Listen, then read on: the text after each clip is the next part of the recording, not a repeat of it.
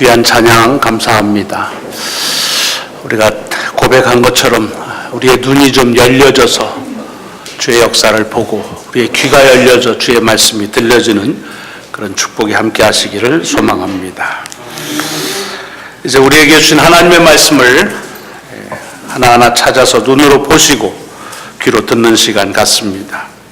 신명기 26장 1절로 11절의 말씀, 오늘 우리에게 주시는 구약의 말씀입니다. 구약 성경 301페이지입니다. 말씀을 봉독할 때 하나님의 귀한 현존하심이 말씀 가운데 여러분에게 임재하시기를 축원합니다. 네 하나님 여호와께서 내게 기업으로 주어 차지하게 하실 땅에 내가 들어가서 거기에 거주할 때에 네 하나님 여호와께서 내게 주신 땅에서 그 토지의 모든 소산의 만물을 거둔 후에 그것을 가져다가 광주리에 담고 네 하나님 여호와께서 그의 이름을 두시려고 택하신 곳으로 그것을 가지고 가서 그때 제사장에게 나아가 그에게 이르기를 내가 오늘 당신의 하나님 여호와께 아뢰나이다. 내가 여호와께서 우리에게 주시겠다고 우리 조상들에게 맹세하신 땅에 이르렀나이다 할 것이요. 제사장은 네 손에서 그 광주리를 받아서 네 하나님 여호와의 제단 앞에 놓을 것이며 너는 또 네 하나님 여호와 앞에 아뢰기를 내 조상은 방랑하는 아람 사람으로서 애굽에 내려가 거기에서 소수로 거류하였더니 거기에서 크고 강하고 번성한 민족이 되었는데 애굽 사람이 우리를 학대하며 우리를 괴롭히며 우리에게 중노동을 시키므로 우리가 우리 조상의 하나님 여호와께 부르짖었더니 여호와께서 우리 음성을 들으시고 우리의 고통과 신고와 압제를 보시고 여호와께서 강한 손과 편팔과 큰 위엄과 기적과 기사로 우리를 애굽에서 인도하여 내시고 이곳으로 인도하사 이 땅 곧 젖과 꿀이 흐르는 땅을 주셨나이다. 여호와여, 이제 내가 주께서 내게 주신 토지 소산의 만물을 가져왔나이다 하고 너는 그것을 네 하나님 여호와 앞에 두고 네 하나님 여호와 앞에 경배할 것이며 네 하나님 여호와께서 너와 네 집에 주신 모든 복으로 말미암아 너는 레위인과 너희 가운데 거류하는 객과 함께 즐거워할지니라. 아멘. 아멘. 신약의 말씀은 로마서 10장 9절로 13절의 말씀입니다. 신약성경 253페이지 로마서 10장 9절부터 13절까지의 말씀을 봉독하겠습니다. 네가 만일 네 입으로 예수를 주로 시인하며 또 하나님께서 그를 죽은 자 가운데서 살리신 것을 네 마음에 믿으면 구원을 받으리라. 사람의 마음으로 믿어 의에 이르고 입으로 시인하여 구원에 이르느니라. 성경에 이르되 누구든지 그를 믿는 자는 부끄러움을 당하지 아니하리라 하니 유대인이나 헬라인이나 차별이 없음이라. 한 분이신 주께서 모든 사람의 주가 되사 그를 부르는 모든 사람에게 부요하시도다. 누구든지 주의 이름을 부르는 자는 구원을 받으리라. 아멘. 아멘. 복음서의 말씀은 누가복음 4장에서 주시는 말씀입니다. 누가복음 4장 1절로 13절까지의 말씀, 신약성경 93페이지입니다.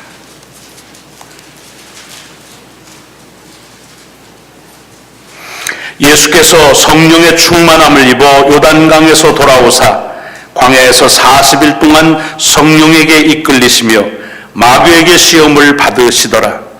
이 모든 날에 아무것도 잡수시지 아니하시니 날수가 다함에 줄이신지라. 마귀가 이르되 내가 만일 하나님의 아들이거든 이 돌들에게 명하여 떡이 되게 하라. 예수께서 대답하시되 기록된 바 사람이 떡으로만 살 것이 아니라 하였느니라. 마귀가 또 예수를 이끌고 올라가서 순식간에 천하 만국을 보이며 이르되 이 모든 권위와 영광을 내가 네게 주리라. 이것은 내게 넘겨준 것이므로 내가 원하는 자에게 주노라. 그러므로 네가 만일 내게 절하면 다 네 것이 되리라. 예수께서 대답하여 이르시되 기록된 바 주 너의 하나님께 경배하고 다만 그를 섬기라 하였느니라. 또 이끌고 예루살렘으로 가서 성전 꼭대기에 세우고 이르되 네가 만일 하나님의 아들이거든 여기서 뛰어내리라. 기록되었으되 하나님이 너를 위하여 그 사자들을 명하사 너를 지키게 하시리라 하였고 또한 그들이 손으로 너를 받들어 네 발이 돌에 부딪히지 않게 하시리라 하였느니라. 예수께서 대답하여 이르시되 주 너의 하나님을 시험하지 말라 하였느니라. 마귀가 모든 시험을 다한 후에 얼마 동안 떠나니라. 아멘. 오늘 우리에게 주시는 하나님의 말씀 신명기와 로마서 그리고 누가복음의 말씀이 여러분의 한 주간의 삶을 넉넉하게 지키시는 그런 은총이요 축복임을 주의 이름으로 축원합니다. 축원합니다. 여러분 설교는 이 말씀을 설명하는 것이고 하나님의 능력은 이 말씀 자체에 있는 것입니다. 그래서 우리 개신교회는 너무 성경 읽는 것에 대해서 인색하거나 함부로 대하는 경우가 많이 있습니다. 교회는 오랫동안 성직 가운데에서 성경을 읽는 사람을 성직으로 세워서 전문적인 직으로 세운 적도 있습니다. 왜냐하면 하나님의 말씀 자체가 그리 중요하기 때문에 그렇습니다. 우리는 이것이 인쇄되고 나서부터 사실은 이 말씀을 아무 때나 읽을 수 있다는 특권 가운데서 아무 때도 안 읽는 그런 아쉬움을 가지고 살기 쉽습니다. 선포되어 주는 말씀 또한 우리에게 주는 말씀으로 함께 여러분들이 거하시기를 소망합니다. 사순절이 시작되었다고 말씀드렸습니다. 말 그대로 40일이라는 절기입니다. 여러분 이 40일을 사순절, 그리스도를 그분의 그 은혜와 그리고 구원에 대한 그 속죄에 감사하는 그 절기를 40일로 그렇게 정한 데에는 여러 가지 의미가 있겠지만은 아마도 오늘 우리에게 누가복음에 주신 예수 그리스도의 광야에서의 생활의 40일이 그 좋은 모범이 될 것입니다. 물론 40일이라고 하는 숫자가 예수님만 이렇게 정해 지내신 것은 아닙니다. 오랫동안 성경을 보시면 여러 사람들이 특별한 하나님의 시간을 경험할 때 40일 또는 40년을 경험한 것은 많이 아실 수가 있습니다. 노아 시대 하나님이 죄를 심판할 때도 40일을 비를 내려 심판을 하셨고 모세가 하나님의 말씀을 받을 때에도 시내산에서 40일을 거하면서 함께 주님의 말씀을 받은 기억을 할 수 있습니다. 엘리야가 이제 의기소침해졌을 때 하나님의 산으로 가는 그 여정도 40일이 걸렸다라고 하는 말을 보면 이 40일은 하나님의 시간으로서의 특별한 그런 특정한 시간, 그냥 흐르는 어떤 시간 중에서 40일을 얘기하는 것이 아니라 하나님이 관여하시고 간섭하신 시간으로서의 의미를 우리에게 주고 있습니다. 이 사순절을 맞이하면서 오늘 첫 번째 우리에게 주는 복음서의 말씀이 예수 그리스도의 광야에서의 40일에 대한 말씀입니다. 물론 40일 지낸 거에 비하면 그 기록이 짧습니다. 그리고 그 기록의 내용을 우리는 잘 알고 있습니다. 여러분 이 40일이라고 하는 것은 예수께서 성령에 충만하셔서 그 다음에 이제 그리스도로 이 땅에서 사역을 시작하기 전에 마치 하나님과 더불어서 가는 특별한 시간입니다. 뭐 준비하는 기간이라고 봐도 뭐 특별히 잘못된 것은 없을 것입니다. 근데 왜 준비하는 기간이라고 하는데 주저하냐면 우리는 준비라고 하는 말을 쓸 때는 뭐가 부족하기 때문에 마지막 이렇게 단둘이하고 채우는 것으로 채움에 대한 것인데 사실은 여러분 주님께서는 이미 오실 때 모든 것이 온전하신 하나님으로 오셨습니다. 그렇기 때문에 뭘 더할 채움이 필요하고 그런 준비가 필요한 것이 아닙니다. 오히려 예수 그리스도에게 있어서의 준비라고 한다면 주님께서 누구신지에 대한 왜 이 땅에 오셨는지에 대한 것을 다시 한번 확정하는 것이라고 볼 수 있습니다. 이것은 오늘 연초에 말씀드린 대로 우리의 신앙의 여정은 축복을 하나, 둘, 열, 백 채워가는 여정이 아니라고 말씀드렸습니다. 우리를 온전케 하신 하나님의 축복은 우리의 삶이 시작될 때 우리에게 이미 주어져 있었습니다. 신앙은 그것이 내 속에서 잊혀지고 잃어버렸던 것들을 날마다 또는 간간히 그것을 확정해가는 여정이라 그렇게 볼 수가 있습니다. 그래서 오늘 본문에 보면은 예수께서 이 땅에 오신 목적을 다시 한번 확정하는데 그 확정하는 그 수단으로 사단이 쓰임을 받습니다. 마귀가 쓰임을 받습니다. 참 묘하지요? 왜 그렇겠습니까? 우리는 이것을 그래서 유혹이라 시험이라고 말합니다. 간단하게 다시 한번 주께서 누구신지, 왜 이 땅에 오셨는지를 다시 한번 저 속에서 확정하는 그런 기회입니다. 자, 그런데 주님께서 오신 이유는 뭡니까? 우리가 잘 아는 대로 이 땅의 모든 사람들의 죄를, 우리를 포함해서 우리의 죄를 이제 죄로부터 자유케 하시는 구속의 은총을 용서하시는, 그래서 하나님의 자녀로서의 자유한 삶을 살게 하시는 그것이 목적입니다. 올해 저희가 기도한 다음에 용서의 확증으로 주어지는 요한복음 3장 17절의 말씀처럼 구원하시기 위해서 오신 것입니다. 그 말은 무슨 소리입니까? 우리 모두가 다 죄를 범했다는 것입니다. 여러분, 여러분의 죄가 어디에서부터 비롯됩니까? 사람의 죄라고 하는 것은 다 살기 위해서 짓는 것입니다. 좀 아이러니하게 들릴지 모르지만 살기 위해서 모든 죄는 거기서 비롯됩니다. 죽으면 죄 짓지 않습니다. 근데 살라고 그러니까 죄가 범해집니다. 왜냐? 다 같이 사니까 그 삶 속에서 어떻게 해서든지 내가 잘 살아야겠다고 하는 것으로 인해서 범하는 죄가 많습니다. 여러분, 사는데 가장 중요한 문제가 뭡니까? 삶의 의미요? 보람이요? 그것도 배부른 다음의 얘기죠. 삶에 있어서 가장 중요한 문제는 생존의 문제입니다. 이 생존의 욕구를 충족시키지 아니하면 살아갈 수가 없습니다. 빵의 문제입니다. 여러분, 오늘 본문 속에 나오는 예수 그리스도께서 당신이 이 땅에 오신 것을 컨펌하는, 확정하는 가운데 보면은 그것이 사람들이 가지고 있는 관심이요, 그것 때문에 당하는 문제요, 그것으로 비롯되는 죄로부터 어떻게 우리가 구원함을 받을 수 있는지 그리스도를 통한 귀한 메시지를 우리 속에 주고 있습니다. 먹고 사는 빵의 문제, 이게 우리에게 참 중요합니다. 여러분 가운데 그래도 인생이 어떻게 빵만 먹고 사냐, 이건 주님 하시는 얘기나 같은 얘기를 하는 겁니다. 먹고 살만하다, 그 얘기입니다. 반찬이 왜 이러냐, 먹고 살만한 겁니다. 뭐 뜨뜻하다, 차갑다, 먹고 살만한 것입니다. 먹을 수가 없으면 살 수가 없습니다. 그렇기 때문에 이 문제를 가지고서 많은 죄가 그 속에서 비롯됩니다. 왜 먹고 사는 것 때문에 죄가 범할까요? 정상적인 방법을 가지고는 죄 짓지 않고도 충분히 먹고 살 수 있게 하셨지만, 이게 밀집되어 있는 곳 살다 보니까 경쟁이 됩니다.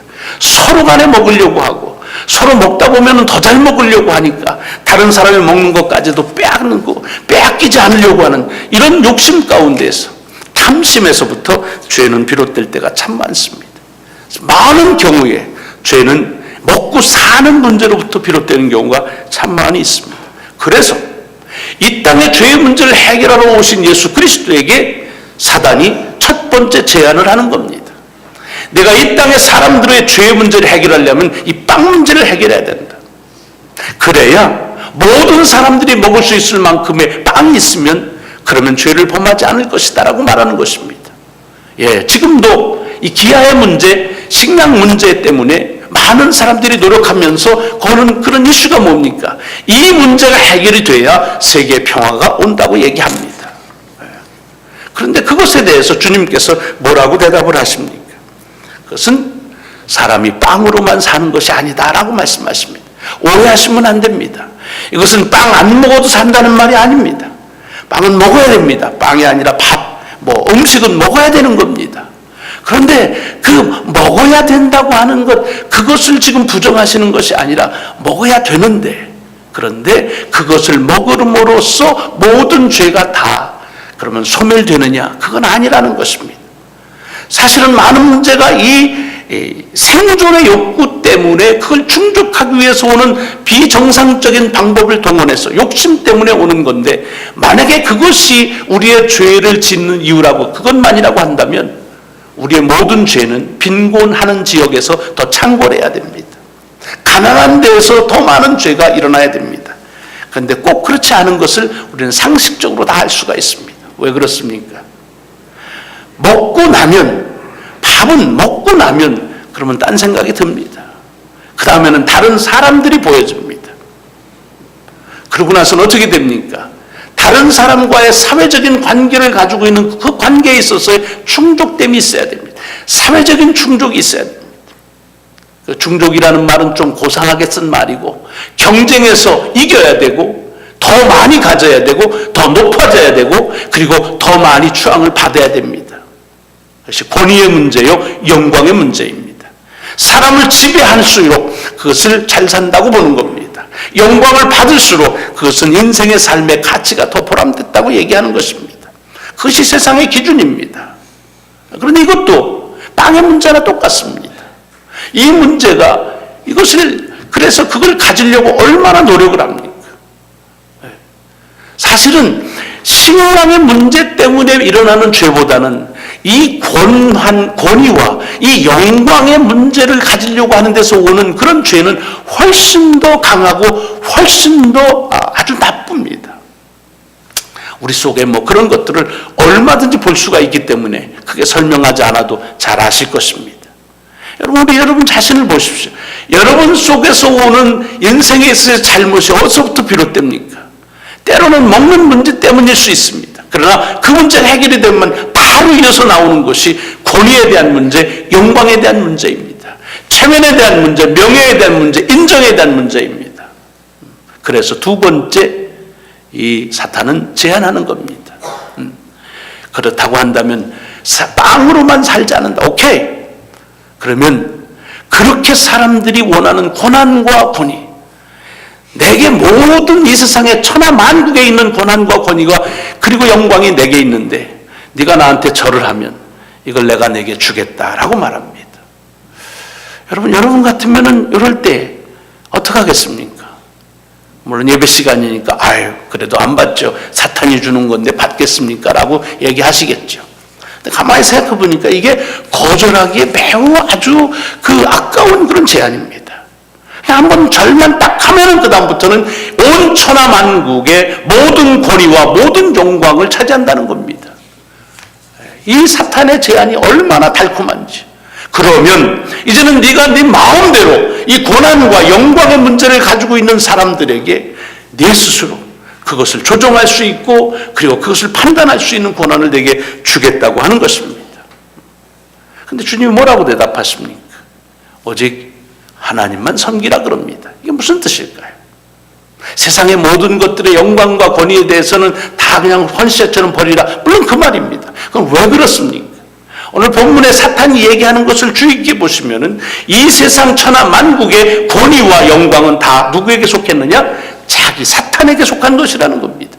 그리고 그것은 사탄 스스로 가진 것이 아니라 누구에게 받은 것이라고 했습니다. 자기에게 주어진 것이라고 했습니다. 누구에게 주어진 것일까요? 우리는 여기는 기록되어 있지 않지만 하나님밖에 사탄에게 그걸 줄 사람은 없습니다. 계시록에도 그렇게 되어 있습니다. 다시 얘기하자면 이 세상에서 주어지는 권위와 이 세상에서 얻는 영광은 다 사탄의 것이라는 것입니다. 그래서 답이 나오는 겁니다. 이 세상의 권위는 가지면 가질수록 행복한 것이 아니라 그 권위는 가질수록 불행한 것이구나. 이 세상의 영광은 그 영광을 경험하면 할수록 더 행복한 것이 아니라 더 불행한 것이구나. 왜? 그것은 사탄의 소유이기 때문에 그런 것입니다. 여러분, 사단은요, 사람을 절대로 행복하게 하나님이 지으신 모습대로 살려고 돕지 않습니다. 언제든지 방해하고 해방하는 것, 그것이 목적입니다. 사단은 사람들을 끌고 자기 나름대로의 행복을 향해서 가는 방향이 없다고 되어 있습니다. 그저 하나님에게로 가지 못하게 하는 것이 그것이 사단의 역사입니다. 그러므로 이 세상에 가지고 있는 고난과 영광이라고 하는 것은 얻으면 얻을수록, 경험하면 할수록 어떻게 됩니까? 더 얻고 싶은 마음, 더 누리고 싶은 마음 때문에 더 불행함을 갖습니다. 그렇게 큰 영광이나 권위를 가져본 경험이 없으셔서 그게 저도 그렇고 크게 이거를 실감하진 못하지만 이건 한마디로 얘기하면 파워에 대한 문제죠. 파워. 힘은 가지면요, 그 힘을 주는 그 말, 이것은 한 번 경험하면 더 갖지 않을, 그걸 참아낼 수가 없습니다. 왜 그렇습니까? 그것이 사탄의 역사라는 것입니다. 그래서 하나님만 섬기라고 말씀하는 것입니다. 자, 그 다음에 그러면 사탄은 세 번째 뭐를 얘기합니까? 오케이, 그럼 하나님만 섬기자. 그러면 자, 이렇게 성경에서는 얘기했다고 시편의 말씀을 제시합니다. 그러면 이 성전 꼭대기에서 네가 뛰어내려라. 그러면 하나님께서 성경에서 약속하기를 믿는 자들에게는 그가 뛰어내린다 할지라도 떨어진다 할지라도 그를 받쳐주고 다치지 않도록 하신다. 그걸 한번 해봐라. 그런 얘기입니다. 여러분 이게 무슨 얘기냐? 여러분 신앙생활, 우리가 이 영적인 문제에 대해서는 사람의 궁극적으로 다가갈 마지막 단계입니다. 먹는 문제가 해결이 되고요. 사람들에게서 인정받고 세상에 주는 고난과 영광을 받아도 채워지질 않습니다. 그것을 영적인 갈급함, 영적인 공허함이라고 말합니다. 그래서 거의 대부분 사람들이 이런 모든 과정을 거친 다음에 하는 말은 영적으로 기갈의 상태를 경험하면서 하나님 또는 그 말을 하나님이라고 안 해도 절대에 대한 그런 갈급함을 고백할 수밖에 없는 것입니다. 그래서 그걸 가지고서 이제 마지막 그 갈급함을 해결하라는 겁니다. 여러분 하나님을 섬긴다고 할 때 하나님을 섬기는 가장 좋은 방법은 뭡니까? 하나님이 주신 약속대로 사는 겁니다. 그렇죠? 그러니까 하나님께서 그렇게 약속하시면 그것을 믿고 그대로 따르는 것입니다. 사실은 사탄이 지금 그걸 제시하는 겁니다. 하나님이 이렇게 약속하셨다. 그러니까 네가 그것을 믿으면 믿는 대로 뛰어내리면 하나님께서 너를 약속대로 지켜줄 텐데 그걸 한번 네가 경험하라 하는 얘기입니다. 사실은 보는 관점에 따라서요. 이거는 대단히 믿음이 있는 그런 삶처럼 보여집니다. 왜? 하나님이 말씀하셨고 그렇게 떨어져도 그래도 잘 그것은 보듬어 주신다고 말씀하셨으니까 그걸 의지해서 그렇게 떨어지면 그야말로 하나님의 아들로서의 프로브가 되는 것이죠. 말씀에 대해서 하나님을 섬기는 좋은 예가 되는 것이죠. 그런데 주님은 뭐라고 말씀하셨습니까? 주여 너희 하나님을 시험하지 말라 그랬습니다. 이거를 능력을 프로브하는 것이라고 보지 않고 시험이라고 보셨습니다. 시험이라는 게 뭡니까? 유혹이라는 말입니다. 유혹은 뭡니까? 사실과 비슷하지만은 그 결과는 사실과 정반대의 것을 초래한다는 것입니다. 여러분 사람의 가지고 있는 죄에 있어서 믿음을 통한 죄가 있다는 겁니다. 그 죄가 뭡니까? 하나님의 말씀을 말씀대로 믿는데 그것을 하나님이 의도하신 대로 믿는 것이 아니라 하나님의 말씀을 자기의 의도에 의해서 인용하고 자기의 의도의 수단으로 삼는 것은 죄라 그런 얘기입니다. 사실은 우리들이 신앙생활하면서 이 죄를 얼마나 많이 범하는지 모릅니다. 그러면서도 믿음이라고 하는 열정으로 다 커버해버립니다. 하나님 앞에서 내가 가지고 있는 어떤 신앙의 열정으로 다 그것을 무마시켜버립니다. 근데 그것을 주님은 시험이라고 말합니다. 무슨 뜻입니까? 하나님을 믿는 믿음은 하나님의 능력이 얼마나 큰지를 내 어젠다를 가지고 그것을 가지고서 이루어 놓은 것을 보면서 그것을 하는 것, 그건 시험이라는 겁니다. 어떤 것이든지 하나님은 그 스스로 능력으로 행하신다는 사실을 믿고 그리고 그 말씀에 그냥 감사하며 추종하는 것, 그리고 그 말씀을 믿는 것, 그것이 신앙인데 우리는 신앙생활에서 자꾸만 이런 유혹을 많이 받습니다. 믿는데 말씀대로인데 한번 그렇게 한번 해봐 되는지 안 되는지. 주님을 시험하는 일은 믿음이 아니라는 것입니다. 그래서 여기에 주님께서 마지막에 이것을 시험하지 말라는 말씀으로 우리에게 주시는 것입니다. 오늘 이 세상의 권위에 그리고 영광 이것 우리가 해결되었다고 볼 수 있지요. 그런데 이 마지막 하나님을 섬기는 데 있어서 범하는 이 잘못, 이 죄에 대해서는 많은 경우도 우리도 모르는 사이에 이 죄를 범하는 경우가 참 많습니다. 여러분도 말씀드렸지만은 여러분 이스라엘 역사에 보면은 수많은 우상을 타파하던 왕들이 일어났습니다. 근데 그들이 각 마을과 여러 동네에 있는 우상 숭배, 바알 신들은 다 척결하면서 성전 안에 있는 우상들은 그대로 뒀다는 그런 기사들을 많이 봅니다. 무슨 뜻입니까? 성전 안에 있는 우상부터 처리해야 되는데 왜 그렇습니까? 성전 안에 오래 있다 보니까 이제는 그것이 신앙의 한 모양으로 그냥 자리를 잡고 있는 겁니다. 우상이라는 게 뭡니까? 내 원하는 대로 이루어지는 것, 그것이 우상입니다. 그런데 그것을 가지고서 늘 그렇게 기도하다 보니까 이제는 그 기도가 마치 하나님을 향한 열정인 양 착각하게 된다는 것입니다. 시험하면 안 된다는 것입니다. 그냥 그걸 믿으라. 오늘 신명기에 주는 말씀이 그 말씀 아닙니까? 신명기에 이제 너희가 노력해서 수고해서 얻어지는 땅이 아니라 하나님께서 주시는 땅으로 들어갈 것이다. 그러면 지금까지 하나님께서 이루신 일들을 보면서 감사해라. 뭡니까? 뭘 이제부터 가서 너희가 이렇게 해가지고 하나님이 너희 하나님 되심을 시험해봐가 아닙니다.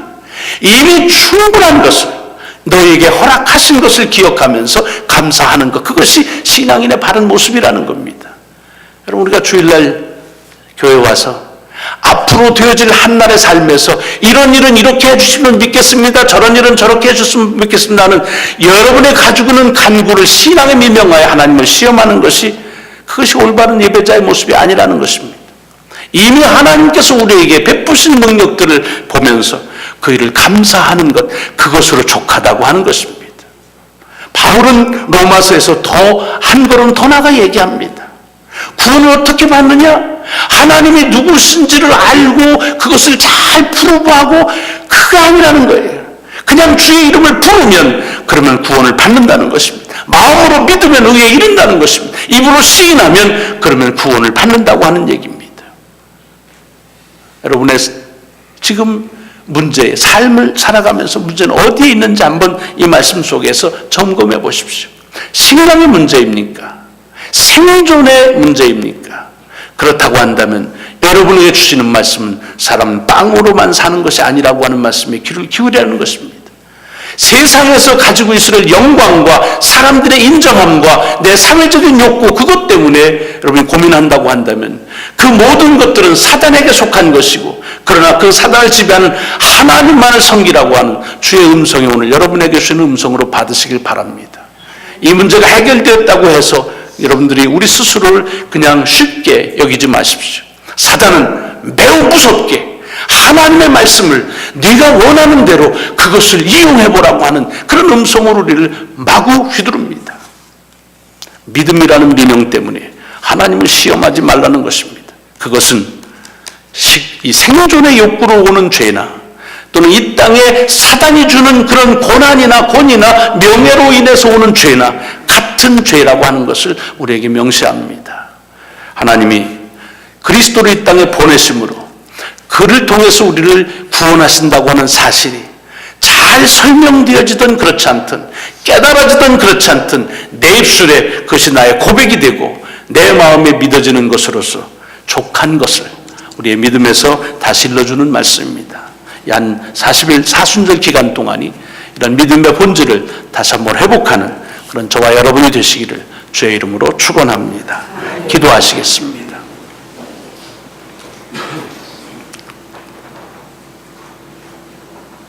생존의 욕구 때문에 죄를 범하는 이가 많은데, 감사하게도 우리가 그 죄에서 구원함을 얻게 하심을 감사합니다.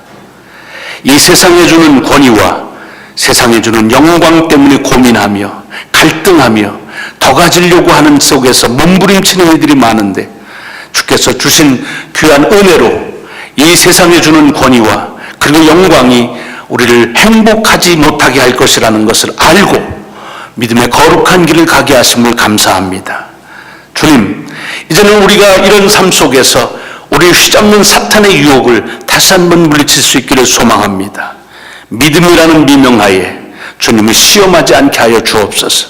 주의 말씀의 의도와 다른 내 생각과 내 의도를 이루기 위한 하나님의 말씀을 이용하는 그런 시험에 빠지지 않도록 인도하셔서 내 삶이 어찌하든지 하나님은 하나님 스스로 능력이시요 그분은 영원한 자요 그리고 창조주이심을 믿으며 그리고 고백하는 귀한 고백으로 우리의 삶에 오는 은혜를 경험하는 삶을 이어갈 수 있게 하여 주옵소서. 우리 구주 예수 그리스도의 이름으로 감사하며 기도드리옵나이다. 아멘. 아멘. 에게 주시는 귀한 말씀, 신명기와 로마서와 그리고 누가복음의 말씀이 여러분 한 주간을 살아가는데 넉넉한 능력이요 또 여러분을 돌보시는 은총이 되기를 주의 이름으로 축원합니다. 서두에 말씀드린 대로 사순절을 시작했습니다. 사순절은 말 그대로 40일 동안 지키는 절기라는 그런 뜻입니다. 이 성경에는 40이라고 하는 숫자가 중요한 의미를 담고 있습니다. 모세 때도 노아 때도 또 엘리야 때도 하나님께서 특별히 그들의 삶에 관여하시고 간섭하실 때 그 기간을 정했는데 대략 그것이 40일이었습니다. 노아 시대에 홍수로 심판할 때도 40일간이었고 하나님의 말씀을 모세에게 주실 때에도 40일 동안 시내산에서 주셨고 또 엘리야가 하나님의 산인 호렙산으로 향해서 가는 기간도 40일이었습니다. 그렇게 놓고 보면 여기 주님께서 이제 그리스도로서의 생애를 시작할 즈음에 40일 동안 광야에서 지냈다 하는 말은 특별히 하나님의 관여하심과 간섭하시는 시간이 아닌가 하는 생각을 갖게 됩니다. 무슨 관여하심과 간섭하심이 있었을까? 아마도 이제 그리스도로서의 삶을 시작하는 주님에게 필요한 것들이 채워지는 시간이 될 것입니다. 근데 사실은 채운다고 하는 말은 매우 오해를 많이 가져올 수 있는 단어입니다. 왜냐하면 뭐가 부족할 때 채운다는 말을 쓰게 되기 때문에 그렇습니다. 그러나 아시는 대로 예수님은 하나님의 아들이십니다. 모든 것이 온전하신 분이십니다. 그러므로 이 40일 동안에 뭐 부족한 것들이 채워지는 시간이 아니라 사실은 그 준비라고 하는 것은 당신이 누구신지 그리고 하나님께서 그를 통해서 이루실 일이 무엇인지를 확정하는 기간이다 이렇게 볼 수가 있습니다. 여러분 이것은 꼭 예수께서 그리스도로 오신 것만 그런 건 아닙니다. 우리의 삶도 마찬가지입니다. 우리 신앙은 부족한 아무것도 없는 데서 충만하게 채워가는 여정처럼 여기지만 성경은 그렇게 말하고 있지 않습니다. 우리에게 필요한 것들은 우리의 삶이 시작되기 전부터 하나님이 온전하게 채우셨습니다. 그런데 그것을 잘 잊고 또 잃어버리고 살다가 그리스도를 통해서 말씀을 통해서 내가 은혜 받은 존재라는 사실을 깨닫게 합니다. 확정하게 하십니다. 그래서 계속해서 그 확정하는 여정을 가는 것이 믿음의 길이 아닌가 생각을 해보면 이번 사순절 기간도 여러분의 삶에 혹여 잃어버린 것이 있으면 다시 회복되고 또 잊혀진 것이 있으면 다시 기억나는 성령의 역사 가운데에서 그리스도인으로서의 여러분의 삶이 다시 확정되어지시는 좋은 기회가 되시기를 축원합니다. 주님께서 이 땅에 오신 이유는 자명합니다. 이 세상에 있는 모든 사람들 또 이 세상의 모든 잘못과 죄를 용서하시고 그들이 받을 모든 죄를 대신 짓고 감당하시면서 모든 죄에서 자유하게 하시는 것입니다. 여러분 사람들이 왜 죄를 질까요? 여러분 죄를 지셔본 경험이 있으십니까? 저는 많습니다. 이 말씀을 준비하면서 내가 왜 죄를 질까? 사람은 왜 죄를 질까? 생각해 보니까 뭐 여러 의도들 또 많은 이유가 있지만 그냥 한 문장으로 얘기하자면 살기 위해서 죄를 짓더라고요. 살기 위해서. 그리고 사람이 죽으면 죄를 짓질 않습니다. 그러니까 모든 죄의 그 동기를 보면 살고파 하는 마음에서 비롯됩니다. 근데 여러분 사는 데 있어서 가장 중요한 것이 뭡니까? 뭐 넉넉하신 분들은 생각을 못하겠지만 우리가 보면은 먹고 사는 문제입니다. 살기 위해서는 먹어야 됩니다. 이 생존의 욕구가 충족되지 아니하면 살아갈 수가 없습니다. 아마 여러분들 가운데서도 이 생존의 욕구에 대한 문제 때문에 쉽게 말하면 빵의 문제 때문에 아마 많은 시간을 할애하시고 때로는 그것 때문에 걸려 넘어져 죄를 범할 때도 참 많이 있을 것입니다. 그러니까 이 생존, 이 빵의 문제가 해결이 되면 많은 사람들이 하나님의 뜻대로 살 수 있겠다 하는 생각을 갖기가 쉽습니다. 지금도 이 모든 전 세계에서 이 기아 문제, 이 식량의 문제, 빵의 문제를 해결하려고 애쓰시는 분들이 참 많습니다. 그 이유는 뭐냐면 그거로 인해서 범죄하지 않도록 하는 그런 뜻에서 이제 나눔의 그리고 구제의 사역들을 애를 쓰시는 분들이 많이 계십니다. 자, 그러니까 오늘 첫 번째 이 사단이 예수 그리스도에게 제안하는 게 뭐냐? 여러분 이제 그리스도로서 생활을 시작할 때에 그리스도께서 이 땅에 오신 목적을 다시 컨펌하는 것이라 그랬습니다. 그렇다고 한다면 죄가 무엇인지를 알고 그 죄를 짓지 않도록 하는, 또는 그 죄의 문제를 해결해 주는 것이 그리스도로서, 구원자로서 마땅히 해야 될 것입니다. 그러니까 이 사단이 이 문제를 가지고서 제안을 하는 것입니다. 이것이 우리가 유혹인 줄은 조금 나중에 알지만 서제션입니다. 어떤 서제션입니까? 사람들이 이 빵 문제 때문에 죄를 범하는 경우가 얼마나 많이 있는가. 그러니까 내가 이 빵 문제를 해결하라. 빵을 적절한 방법을 가지고 다 먹고 살면 얼마나 좋겠어요. 근데 사실은 적절한 방법으로 살기가 어렵습니다. 왜? 모여 사니까. 그래가지고 이게 원치 않게 다 경쟁이 됩니다. 그래야 내가 먹을 것을 다른 사람과 나누면 내가 먹지 못한다는 그런 위기감 때문에 나누지 못하고, 또 오늘 있다고 해서 안정하지 못하고 좀 더 오래 많은 것들을 보관하려고 하니까 그것이 지나쳐 욕심이 되는 경우가 많습니다. 그런데 생각해 보십시오. 돌들이 빵이 돼버리면, 팔레스타인에 참 그 광야에 돌이 많습니다. 그러면 이 문제가 해결될 거 아니냐는 거죠. 좋은 제안입니다. 사람들이 먹는 문제를 가지고 적어도는 죄짓지 않게 해줘야 될 것이 아니냐는 것입니다. 근데 주님께서는 거기에 대답을 하십니다. 뭐라 그럽니까? 사람이 빵으로만, 음식으로만 사는 것이 아니다라는 겁니다. 물론 이 말을 오해하시면 안 됩니다. 주님을 따르거나 본인 스스로가 안 먹고도 살 수 있다, 음식 안 먹어도 살 수 있다는 말씀 아닙니다. 오죽 주님께서 잡수시기를 좋아하셨으면 비판하는 사람들이 저놈은 도대체 먹는 걸 왜 저렇게 좋아하냐 라고 그렇게 비아냥거릴 정도였다고 그랬습니다. 그러니까 주님께서는 이 식량의 문제는 안 먹어도 된다라는 그 서제션을 하는 게 아닙니다. 먹어야 됩니다.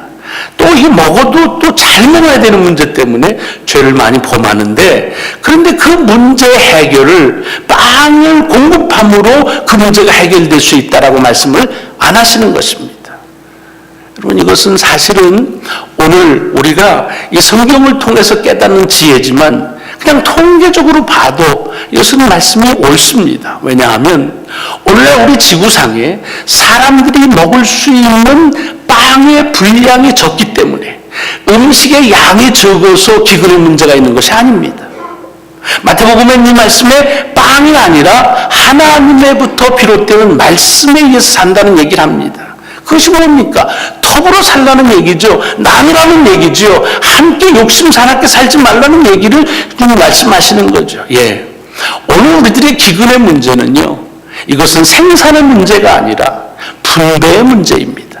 분배의 문제는 그것은 가지고 있는 분량의 문제가 아니라 그것은 우리 속에 어떤 생각을 가지고 있느냐의 문제입니다.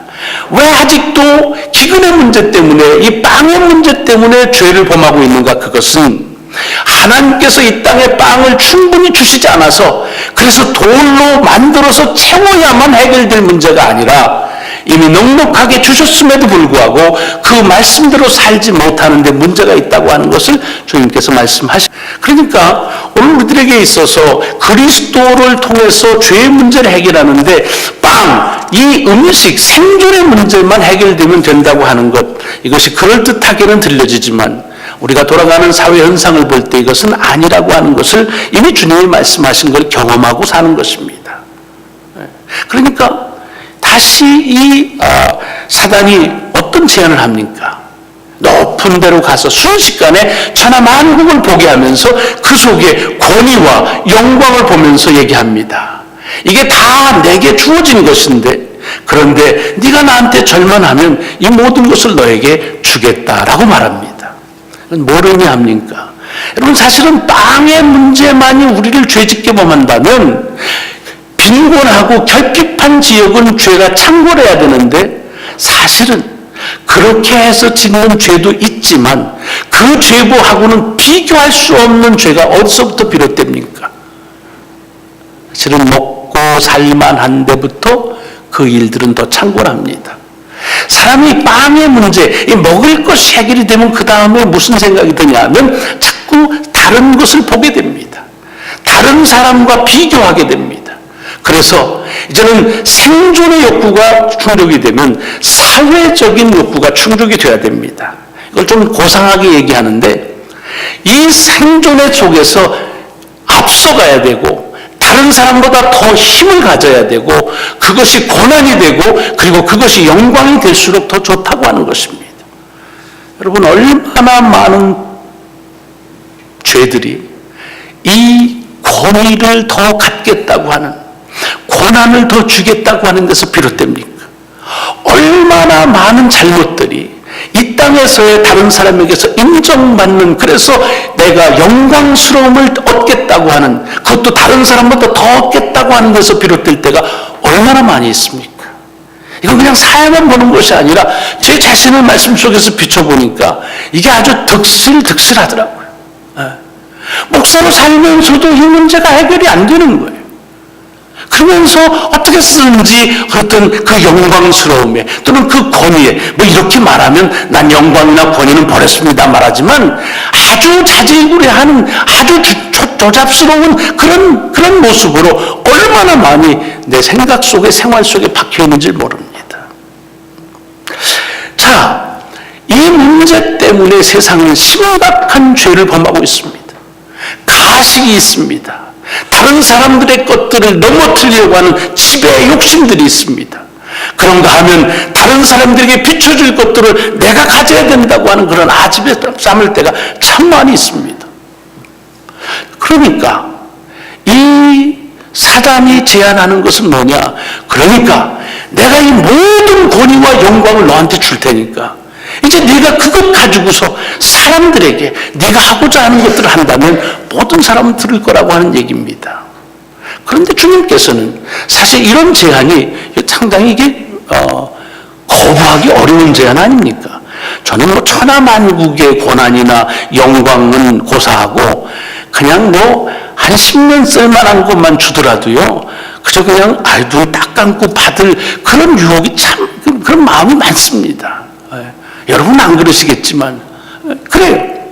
그런데 주님께서는 뭐라고 그러냐 하면 오직 하나님만을 경배하고 주만을 섬겨라라고 말합니다. 물론 사단에게 경배하지 않겠다고 하는 얘기지요. 이게 무슨 뜻입니까? 오늘 사단이 얘기하는 가운데 이 세상의 권위와 이 세상의 영광이 자기의 것이라고 그럽니다. 그런데 그것은 주어진 것이라고 그럽니다. 누구에게 주어졌을까요? 하나님께서 주셨겠지요. 계시록 보면은 타락한 천사가 이 땅에 와서 많은 사람들에게 그것을 농락할 수 있는 그런 고난과 파워를 주셨습니다. 아주 단도직입적으로 얘기하면 그러므로 이 세상에서 우리들이 경험하는 모든 권위, 이 세상에서 경험하는 모든 영광은 사단에 의해서 조종되어지는 거라는 겁니다. 그건 뭘 의미합니까? 여러분, 사단은요 절대로 우리가 하나님의 백성으로 행복하게 사는데 도와주질 않습니다. 사단은요 더군다나 다른 하나님의 행복한 길이 여기인데 나를 따르면 행복할 것이다 라고도 말하지 않습니다. 다만 한 가지의 목적입니다.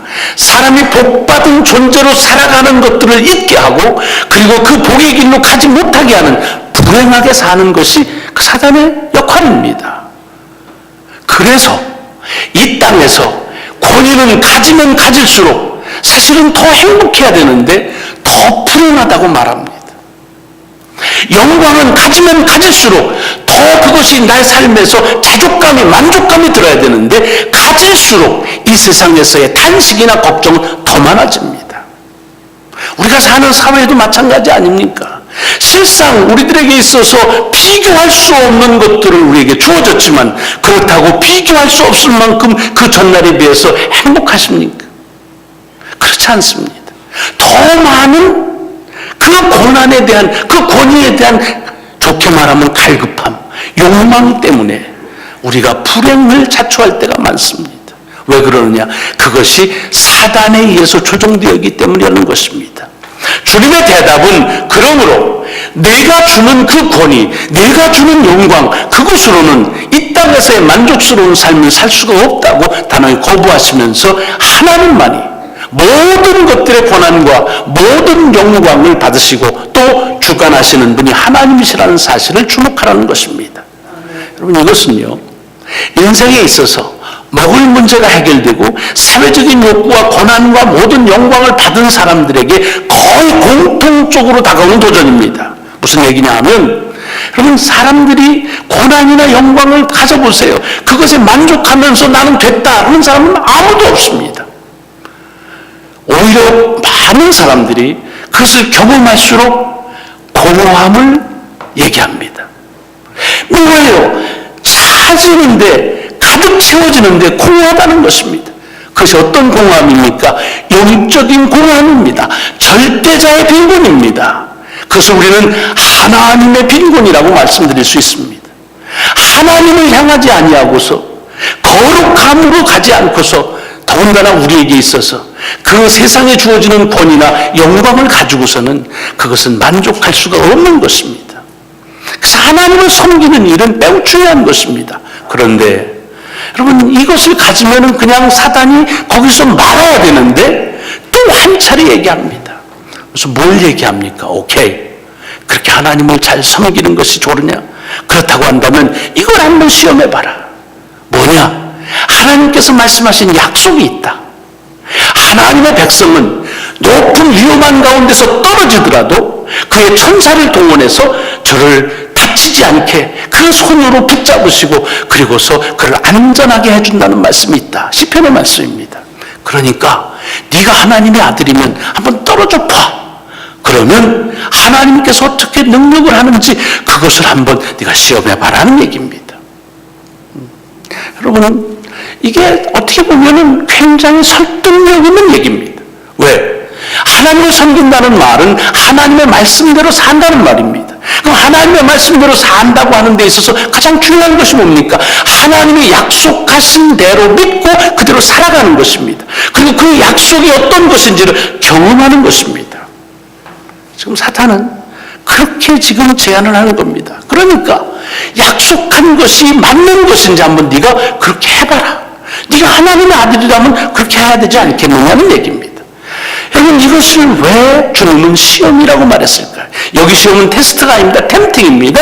시험이라고 말씀드린 이유는 무엇입니까? 그것은 하나님의 말씀대로 그대로 살아가는 것이 시험이라는 것이 아닙니다. 그것이 아니라 하나님께서 말씀하신 의도와는 다르게 내 의도를 이루기 위해서 하나님의 말씀을 그것을 방법으로 휴단으로 이용하려고 하는 것, 그것이 시험이라는 것입니다. 어찌 보면 우리는 여러분들의 처지를 다 모르기 때문에 외람된 말씀일 수도 있겠습니다. 용서하십시오.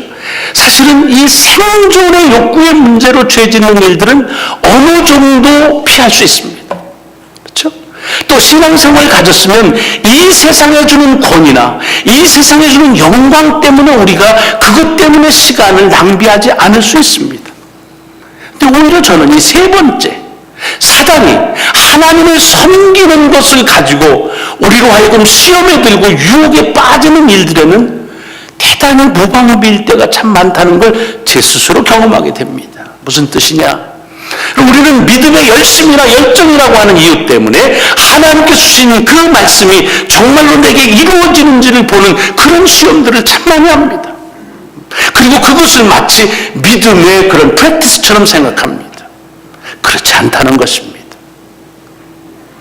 내가 지금 세워져 있는 목표를 그것을 보니까 이것은 하나님께서 이렇게 말씀하신 것에 의해서 이건 잘 부합된다. 그러므로 내 목표가 목표대로 이루어지면 하나님은 살아 역사하시는 것이고 그렇지 않으면 아니다라고 말하는 경우가 참 많습니다. 신앙생활을 하면서도 내가 세운 결심과 내 노력과 내 수고가 늘 앞섭니다. 그리고 그것을 관철시키는 것으로 믿음을 사용할 때가 많이 있는 것을 지금 주님은 지적하시는 것입니다. 시험하지 말라는 것입니다. 그러면 뭘 하는 거냐? 오늘 본문은 거기서 끝납니다. 그러나 신명기를 통해서 로마서에서 주신 말씀이 우리에게 답입니다. 신명기에서 하나님께서는 이스라엘 백성들에게 뭐라고 말씀하십니까? 이제 하나님께서 약속하신 가나안 땅을 애굽에서부터 나와 40년의 광야 생활을 그리고 지나고서 이제 들어갑니다. 들어가면서 해야 될 일들을 말합니다. 뭘 말하고 있습니까? 가서 어떻게 하라 라고 하는 건데, 그 어떻게 하라는 것 속에서 그들이 어떻게 수고하고 어떻게 땀을 흘리라 그런 말이 있는 것이 아닙니다. 가서 해야 될 가장 우선은 뭡니까? 지금까지 이 광야 속에서, 아니 그 전부터 하나님께서 너에게 이루신 일들이 무엇인지를 기억하고 그 일을 감사하라고 말하고 있습니다. 뭘 얘기합니까? 이제 너희들이 들어가서 하나님께서 너희 하나님이 되신다고 하는 사실을, 이런 목적을 정하고 이렇게 나라를 세우면서 그렇게 되어지는지 한번 시험해보라, 그런 말씀이 아니라는 겁니다. 우리가 인지하지 못할 때에도, 내가 깨닫지 못할 때에도 하나님은 여전히 우리 하나님이 되셔서 여기에 이르게 하셨다. 그러므로 그것을 감사하는 것, 그것이 믿음이라는 것입니다. 아멘. 여러분, 신앙은 감사라는 겁니다. 하나님이 어떻게 행하셨는지를 다 몰라도, 그리고 다 기억하지 못해도, 그래도 내게서 하나님은 언제나 하나님이셨음을 기억하고 감사하는 것이 신앙이라는 것입니다. 이것을 바울은 로마서에서 조금 더 아주 급진적으로 말하고 있죠. 뭐라고 말합니까? 마음으로 믿어 의에 이르고 입으로 시인하여 구원을 받는다. 주 예수를 부르는 자는 누구든지 구원함을 받는데 유대인이나 헬라인이나 다름이 없고 모두에게 족하다고 그랬죠. 무슨 말입니까? 하나님의 구원은 내 속에서 하나님이 어떻게 역사하실 것을 풀어보 해서, 시험하고 그것을 경험하고 해서만, 그러면 하나님께서 당신의 구원을 완성한다는 말이 아닙니다.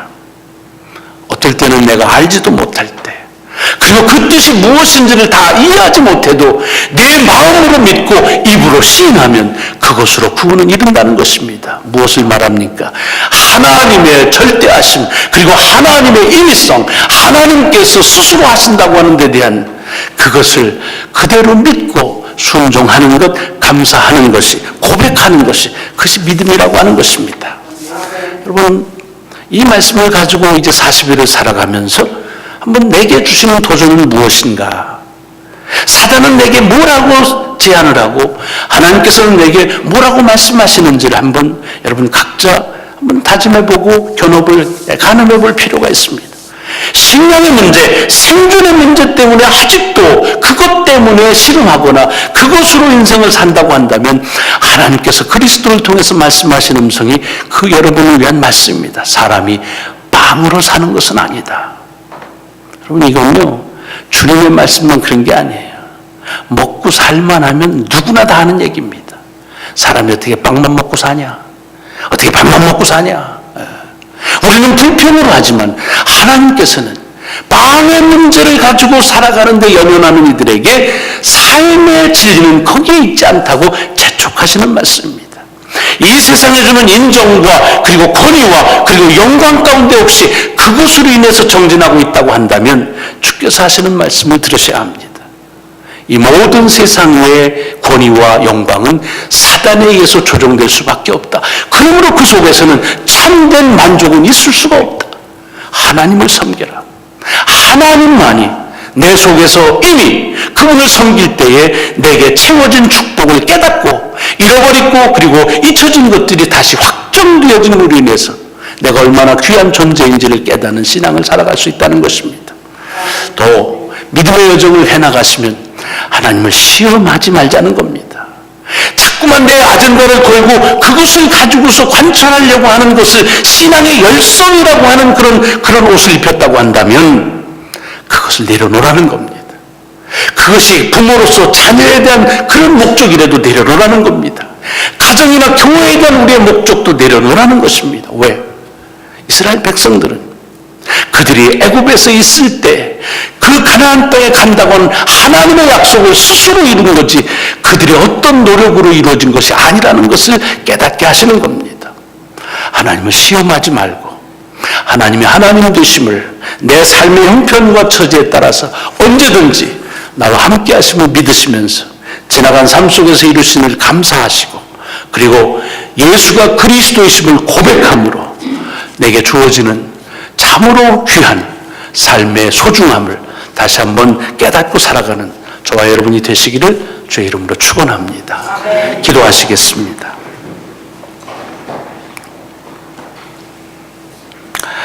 우리가 죄인 되었을 때에 아니 죄가 아직도 무엇인지 알지 못했을 때 주님께서 우리의 죄를 사하시기 위하여 이 땅에 오셨습니다. 우리가 죄를 짓는 이유가 무엇입니까? 아직도 하나님의 은혜 가운데서 저희들이 우리에게 주어진 은혜를 깨닫지 못하고 그리고 살아가는 저희들은 아닌지요. 주님, 다시 한번 주께서 허락하신 말씀을 귀 기울여 듣게 하시고 그 말씀을 믿게 하시고 그 말씀의 인도함을 따르게 하여 주옵소서. 생존의 문제로 고민하는 이들 있으면 해결해 주옵소서. 그러나 그 말씀으로 사는 것이 참된 삶의 여정인 것을 깨닫게도 하옵소서.